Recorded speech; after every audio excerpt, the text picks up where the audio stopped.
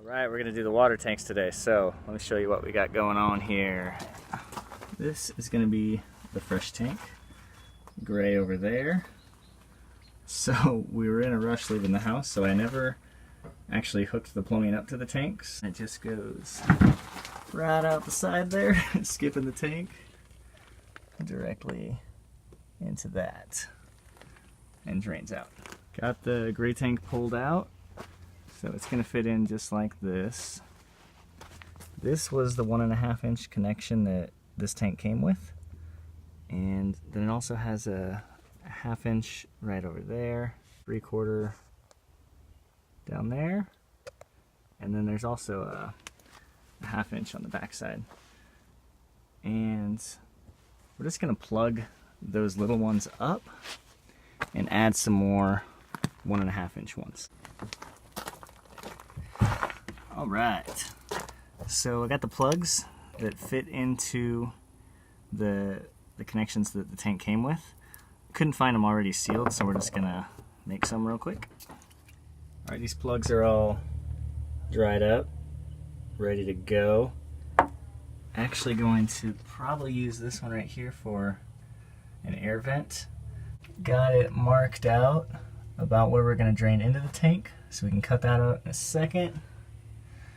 And got the exit dry fitted so we know exactly where the tank needs to be. So now it's time to pull this tank out and drill a hole in it and try out this spin welding process, see how it goes. Alright, so it's almost go time. I've been putting this part off for a while, but let's jump into it. So that's where we want to add the input for the drain to go in. How we're going to do this is hole saw this out, and then this fits in there. I measured the width from edge to edge on this at 2 3/16, and then found a 2 1/4 inch hole saw. Drilled a test hole in the wood, and it spins pretty good. The directions say that it needs to spin freely, so I think that'll work.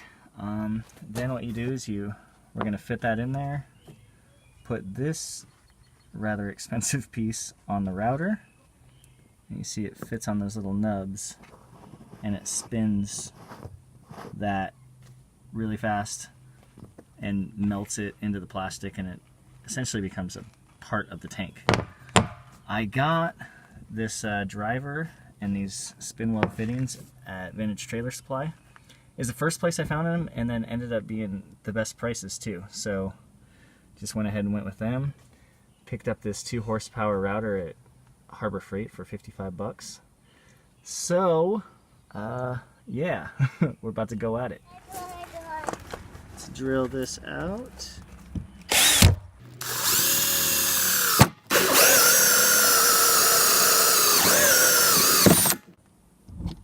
Oh no! The hole saw fell in. I don't know how the heck we're gonna get that out of there, but I'll figure it out. Let me see. Alright, so we're gonna take advantage of these smaller hands. Oh my gosh, you're gonna save the day.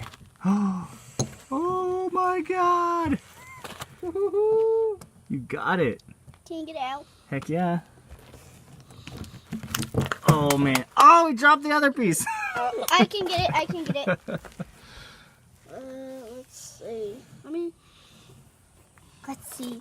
There it is. That's awesome.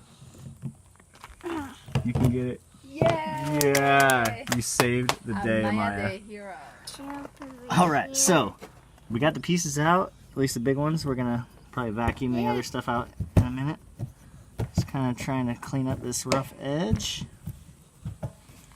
And I really gotta sharpen this knife. Can I see that piece, Maya? Let's see how that fits. Yes, Alright, so it that fits. fits pretty good. I don't want to shave this too much. Shave it. I can help you, Daddy. It's best to shave it a lot. Well, we want it to be. Help you, Daddy. Perfect. We can always cut more out, but we can't add it back. You can help me, Kylie? Yep. Yep. Alright, we're gonna vacuum out the dust that fell in there. And then I think we're gonna try to melt this thing. Alright, we got the edges cleaned up pretty good. And this fits in there. Spins pretty freely. Hopefully it's not too loose. There should only be a 1/16 inch gap. So, I think it's gonna work. Okay, here it goes.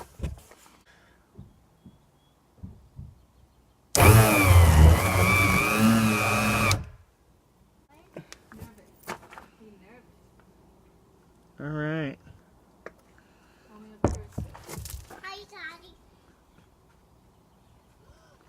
I think it's good. I don't know. It's definitely melted.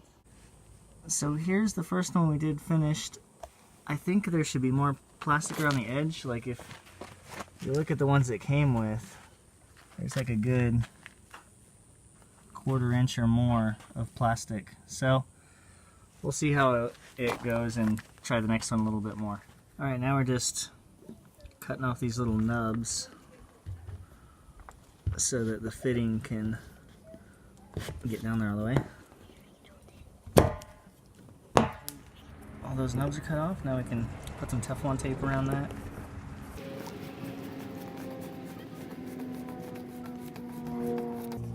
And I cut the nubs off because that screws in all the way flush with the connection. So we're in good shape. It's coming together. All right, we got the tank back in the cargo area. Plugged up those extra holes that we don't want to use and fitted this in here. Got just a small little 3/4 inch piece of wood, shimming that up to give it a really slight incline back towards the drain there. I'd make it higher, but you can't really see it. The frame is preventing it from going up much higher, so that's the way it's got to stay.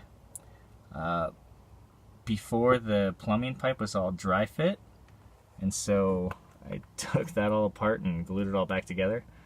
That was a really big hassle, so I don't recommend dry fitting stuff and leaving it for 3 weeks like we did. It gets gross.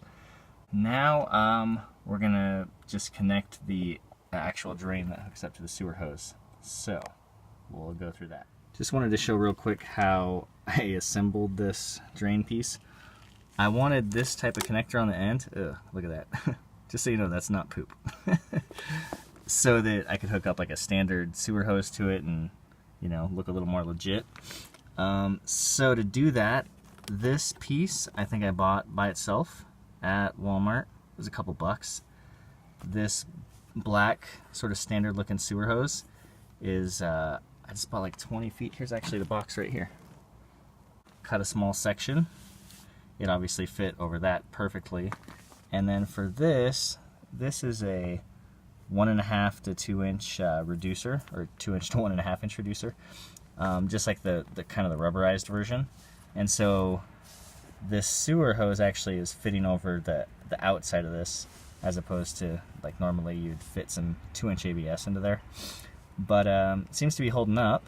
And then back to 1.5 inch ABS, a 1.5 inch PVC ball valve, and then just another chunk and a 90, which connects to the other side of that. Over. Let's see if we can get it to lighten up. Alright, I got this thing all put back together. Went a little crazy with the clamps, but this one was up here and it kind of slipped down, so I threw another one on to hold it onto the thicker part of the coupler that expands. And now I just got to hook it up underneath. Here's a look at the way the drain exit is attached. Coming on the side there. And just got it strapped up with a piece of metal strapping. And comes right on out there. I'll show it from the outside in a second. Here it is from the outside. You can really barely see it. Turned out pretty nice. Just floating right there and easy to attach to. The gray tank is pretty much done. Got a pretty good start on setting up the freshwater system yesterday. Alright, so the way this works, the one on the left is the gravity fill. One on the right is city water. Still needs to be attached. The hose come through. That's the city water coming in right there. It goes into a pressure regulator to control the PSI. It comes up around into a check valve, so that only lets the water flow through it towards the T. And if we follow the T backwards, we get another check valve. The idea being that if you're connected to city water, it won't pump back through the pump into your fresh tank, and vice versa. If you're using the fresh tank, it won't pump through the system out the city water outlet. So it just comes into this T, go up there, which will be connected to the manifold shortly, and then that supplies the sink, washer, hot water heater, and shower. Alright, time to test the water. Turn it on and see if we got any leaks.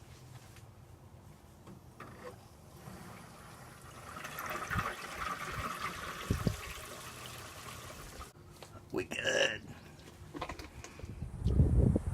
Freshwater time. So this is the external port that we're going to hook up. That goes right there. And we're going to hook this hose up to it that I found at Lowe's. It's called a bilge hose. There's the dimensions of it. It happens to match up both to the back of this fitting. Got this off of Amazon, by the way.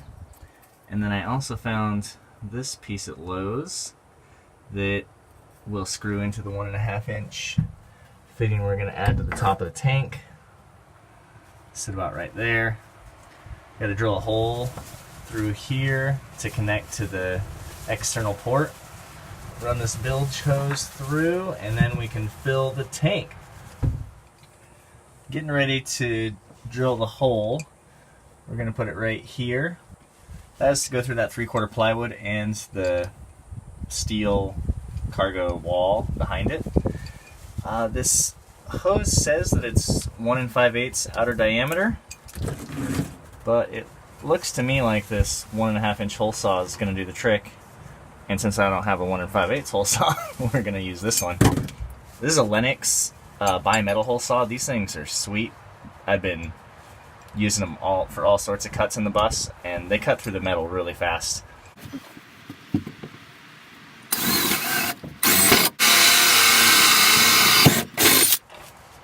Alright, there's the plywood.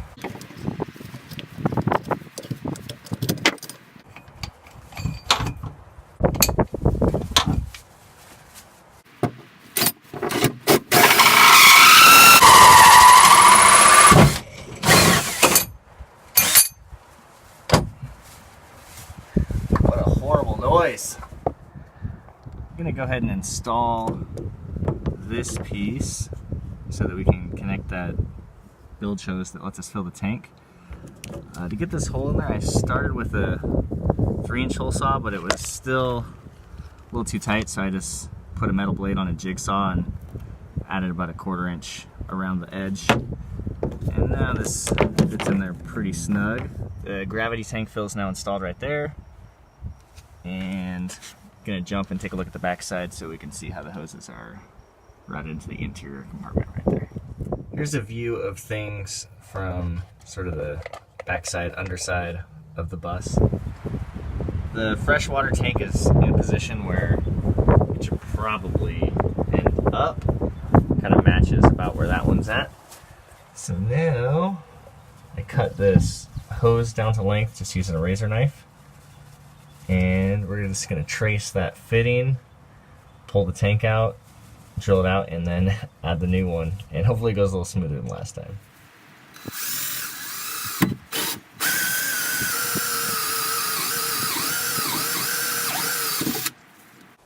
Okay, ready to go. Plan to go a little bit longer this time than last time to hopefully get a better seal. I'm a lot happier with the seal this time. You can see there's more melted plastic around the edge, which seems better to me. Still very warm. So that one's good to go.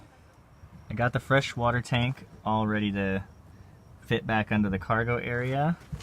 This is going to be the fill right there. That's the vent hose. This is going to be to drain it, and then that is to provide source to the pump. So we're going to fit it back in there and start locking things into place. It's getting to be crunch time, so I basically just finished everything. So we're going to do a quick summary now. Here's 2 ports on the outside, gravity fill on the left and the city water right there on the right. Gonna jump around and show you the back side real quick. Here are things from underneath. You can see the fresh water coming in. That clear vinyl tubing is the vent. I'll show you how that connects in a second. And then the other clear vinyl tubing is the vent for the gray tank. And then this braided one is the city water inlet right there. Everything is finished up on this side as well. Got the city water coming in right there for the pressure regulator. Goes up this way through the check valve into the T. And try to lighten that up. Up there and into the manifold where it feeds everything inside the bus.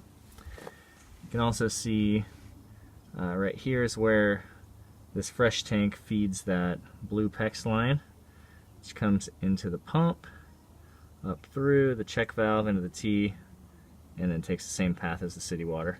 And you can also see we got the tank secured in place, so this is just some 2x6 mounted with corner braces, and got some shims of wood you can kind of see like right there and down there. Then there's also one underneath on this side to give this fresh tank a slight tilt that direction. Got the gray tank secured as well. It was pretty much done. You can see it's a lot fuller now though. And also got the vent hooked up right there. That runs along back behind out over there. And we'll check out the other side real quick. Here's things from the other side. A lot less going on, but you can just see that the tanks are also secured in place with the same corner braces and some 2x6. There's also some bracing back behind there so that the tank cannot slide backwards towards the wall of the cargo. And here's the fresh tank. There's that shim kind of holding that in place so it can't bounce up. And secured over there as well. Could probably use a little bit more support in a few places, but I think it's good enough for now. We got a short drive for our next trip, so we'll try it out and see how things look when we arrive. Alright, well that's it for the water tank video. I hope it was useful. This is one of the hardest things for me to figure out, just because there seemed to be a bit of an absence of other videos showing you how to do it. So I hope this is useful. If you have any questions, go ahead and comment below. Let me know what's up, and I'll do my best to share what I learned along the path with you.